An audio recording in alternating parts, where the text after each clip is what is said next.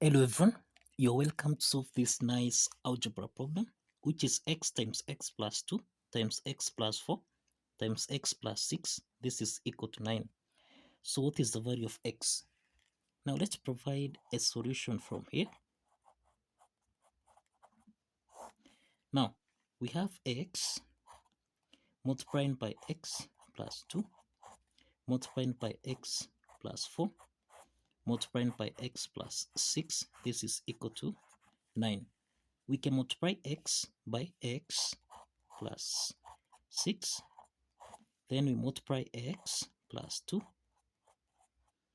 multiplying by x plus 4. This is equal to 9. So this is x times x, this is x to the power of 2, then plus x times 6, this is 6x, cross the parenthesis. Then here we have x times x, this is x to the power of 2, then plus x times 4, this is 4x, then plus 2 times x, this is 2x, then plus 2 times 4, this is 8, cross the parenthesis, this is equal to 9. So we have x to the power of 2 plus 6x, cross the parenthesis, and here we have x to the power of 2 plus 4x plus 2x, this is 6x, then plus 8, this is equal to 9. Now, you can see we have x squared plus 6x here, and we have x squared plus 6x. So we can let x squared plus 6x be equal to a. Now, let's substitute a where we have x squared plus 6x, so that we have a squared into the parenthesis. This is a plus 8. This is equal to 9. Now, let's open the parenthesis here. A squared times a. This becomes, this is a times a. This becomes a squared plus a times 8. This is 8a. This is equal to 9. Now, let's take 9 on the left hand side. So this becomes a squared plus 8a subtract 9. This is equal to 0. So this means that this is a quadratic equation. We can solve this quadratic equation by factorization method, where we have a squared plus, now this is 9a minus a minus 9. This is equal to 0. So we have got two parts here. That is, a is common in the first part. We have a into the parenthesis. This is a plus 9. Cross the parenthesis, then subtract. 1 is common here, so 1 into the parenthesis. This is a plus 9. This is equal to 0. So a plus 9 is common here, so we have a plus 9 multiplied by a subtract 1. This is equal to 0. So we have a plus 9 times a minus 1. This is equal to 0. So this means a plus 9. This is equal to 0. And we have a subtract 1. This is equal to 0. So we have that a1 is equal to minus 9. And a2 is equal to 1. Now, we have that if you recall, we had seen that we let x squared plus 6x be equal to a. So this implies that x squared plus 6x, this is equal to minus 9. So let's take minus 9 on the left hand side. So this is x to the power of 2 plus 6x. Minus 9 becomes plus 9. This is equal to 0. So we can express this as x to the power of 2 plus 6x is the same thing as 2 times 3 times x, then plus 9, which is 3 to the power of 2. This is equal to 0. This equation here is of the form, is of the form m squared plus n squared plus 2nm, which you can express as m plus n raised to the power of 2.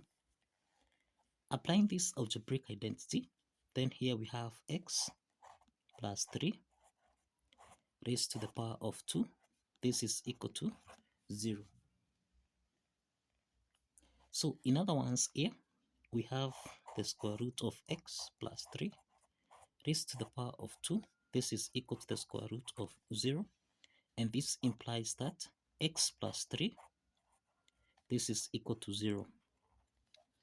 And what this means that x1 is equal to minus 3. We have the first value of x as minus 3. Now, again, if you recall, we have a2, this is equal to 1, and that's we have x squared plus 6x. This is equal to a, and this is equal to 1. So this implies that we have x squared plus 6x. This is equal to 1. Let's take 1 on the left hand side. And this implies we have x squared plus 6x. Subtract 1. This is equal to 0. Now this is a quadratic equation where we have a is equal to 1, b is equal to 6, and c is equal to minus 1. So we can solve for x2, x3 by applying the quadratic formula here, which is minus b plus or minus the square root of b squared minus 4ac, everything here divided by 2 times a. So let's substitute a, b, and c in this formula here, so that we have minus 6 plus or minus the square root of, this is 6 squared minus 4 times a, which is 1, times c, which is minus 1, everything here divided by 2 times 1. So this means that we have minus 6 plus or minus the square root of 6 squared, which is 36, subtract, no, this is minus 4 times minus 1, this is plus 4, then everything here divided by 2. So we have minus 6 plus or minus the square root of 36 plus 4, which is the square root of 40, everything here divided by 2. So this is minus 6 plus or minus, we can express the square root of 40, this is the square root of 4 times 10, everything here divided by 2. So this is minus 6 plus or minus the square root of 4, this is 2, then multiplied by square root of 10, everything here divided by 2. In the numerator here, 2 is common, so we can factor out 2, so that minus 6 divided by 2, this is minus 3, plus or minus 2 square root of 10 divided by 2, this is square root of 10. Everything here divided by 2. So let's simplify 2 and 2 here, so that now x2, x3, this is equal to minus 3 plus or minus square root of 10. So this implies that x2 is equal to minus 3 plus root 10, and x3 is equal to minus 3 subtract root 10. And we have x1, in this case we have x1 is equal to minus 3. So let's check if this x1, which is minus 3, satisfies the equation. Now we have got 3 solutions here. Now we can check x1, which is minus 3. And if we recall, we have x multiplied by x plus 2, multiplied by x plus 4, multiplied by x plus 6. This should give us a value of 9. So we have x, which is minus 3, multiplied by minus 3 plus 2. Then we have minus 3 plus 4 multiplied by minus 3 plus 6. This should give us a value of 9. So this is minus 3 times minus 3 plus 2. This is minus 1 times minus 3 plus 4. This is 1 times minus 3 plus 6. This is 3. This is supposed to give us a value of 9. Minus 3 times minus 1. This is 3 times 1 times 3. This is 3.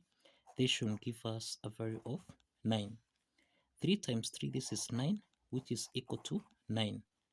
And this implies that the left hand side is equal to the right hand side.